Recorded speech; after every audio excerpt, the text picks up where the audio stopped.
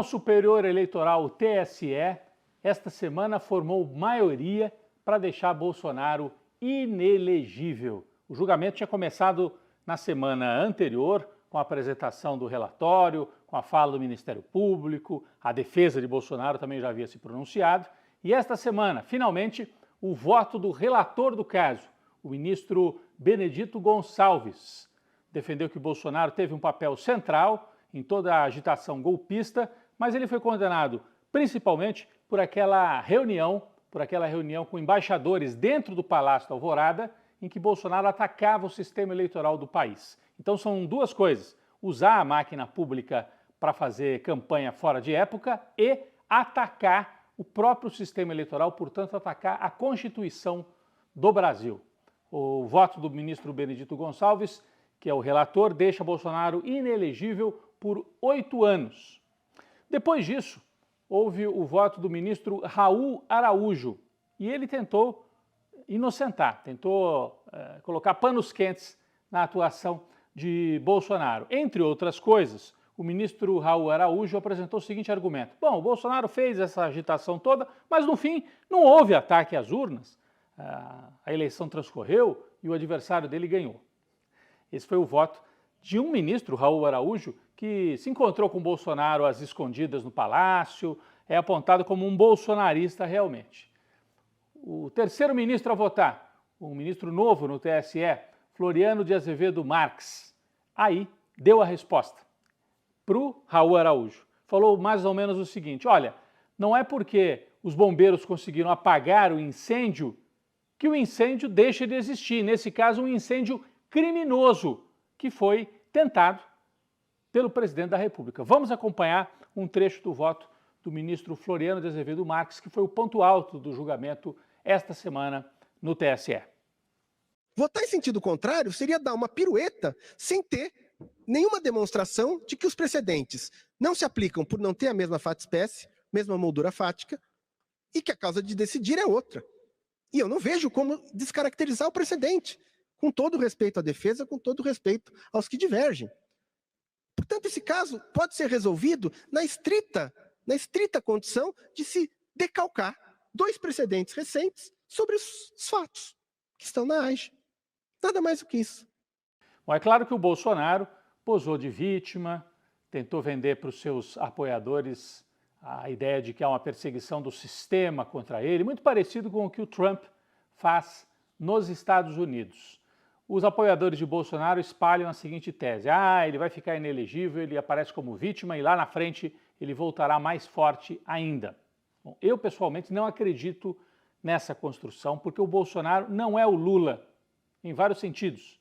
Primeiro que ele não tem a disposição de combate que o Lula teve. O Lula foi para a cadeia, ficou mais de 1 ano preso. O Moro achava que o Lula ia pedir arrego, ia pedir para ir para casa com tornozeleira eletrônica. O Lula não colocou a tornozeleira, não fez acordo e conseguiu reverter o jogo. O Bolsonaro, a gente viu, passou a eleição, ficou derrotado, deprimiu, quase que não conseguia mais falar com os apoiadores. Então, se o Bolsonaro ficar inelegível, a tendência é que a liderança dele se reduza bastante, ficando mais restrita aos setores radicalizados do bolsonarismo. Bom, e aí? O que vai acontecer nesse setor de extrema-direita? Os filhos do Bolsonaro continuam atuantes, existe uma bancada grande bolsonarista no Congresso. O que vai acontecer com esse setor? As projeções indicam que há 4 nomes, pelo menos, para ocupar esse lugar que o Bolsonaro deve deixar vago. E, a princípio, não seria nenhum dos filhos dele, hein? Nós temos o governador de São Paulo, primeiro da lista, Tarcísio de Freitas, o governador de Minas, o Zema, o governador do Paraná, Ratinho Júnior, e a senadora Tereza Cristina, que foi ministra de Bolsonaro também, correndo por fora como uma liderança feminina, fora a própria Michele Bolsonaro, que também poderia ser usada como um nome aí. As pesquisas indicam que Tarcísio de Freitas, até por ser governador do estado mais populoso do Brasil, é quem teria mais condições de liderar essa fatia bolsonarista do eleitorado, mas para isso ele precisa fazer um governo bom em São Paulo. E se sair para ser candidato a presidente, fica sempre aquela história: bom, está saindo, mal terminou o primeiro mandato, já vai sair, né?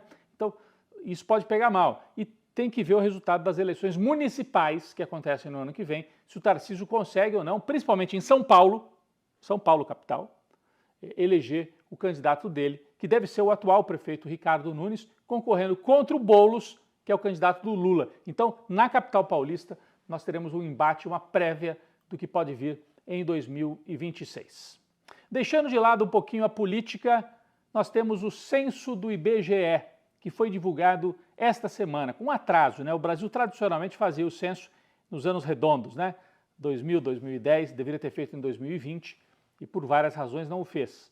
Porque o Bolsonaro cortou investimentos do IBGE, né? E também porque nós tivemos a pandemia, que atrapalhou bastante qualquer tipo de contato, né, desse tipo, já que os pesquisadores vão a campo para colher as informações.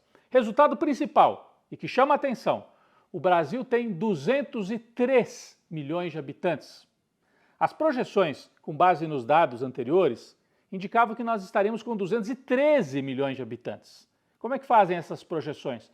Calculam a população que havia no censo anterior e uma média de crescimento ano a ano e teria 213. Mas a média de crescimento populacional caiu bastante no Brasil. Esse é um detalhe importante. Então, nós temos 203 milhões de habitantes. Mudou também o perfil dos domicílios no país.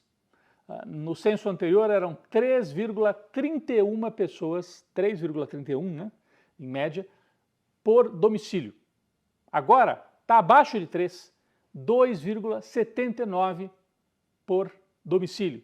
Isso quer dizer que aquela velha estrutura da família brasileira, 2 adultos e pelo menos 2 crianças, está se desmontando. Na média, menos de 3 pessoas por domicílio. Às vezes é só a mãe com 2 filhos, a mãe com 1 filho, a mãe e o pai com 1 filho. Essa é a média que vai se desenhando no Brasil. As regiões metropolitanas perderam um pouquinho de fôlego. A maior parte da população ainda está nas regiões metropolitanas, mas crescem mais as cidades de médio porte. Esse é outro dado. Pode indicar que está havendo um lento deslocamento da população em busca de cidades um pouco menores, com um pouco mais de qualidade de vida. A maior região metropolitana, São Paulo, com 20 milhões de habitantes, e a segunda, o Rio de Janeiro, com cerca de 11 milhões de habitantes. Aí não tem grande novidade. São Paulo também segue a ser o estado mais populoso, com 44 milhões de pessoas. Ou seja, de cada 5 brasileiros, um pouquinho mais, moram em São Paulo. Mudou também o perfil de crescimento populacional. Veja só, a região com o maior crescimento agora é o centro-oeste do país. Em média, cresceu 1,23% ao ano. Estou falando de crescimento populacional. Por que será que isso aconteceu?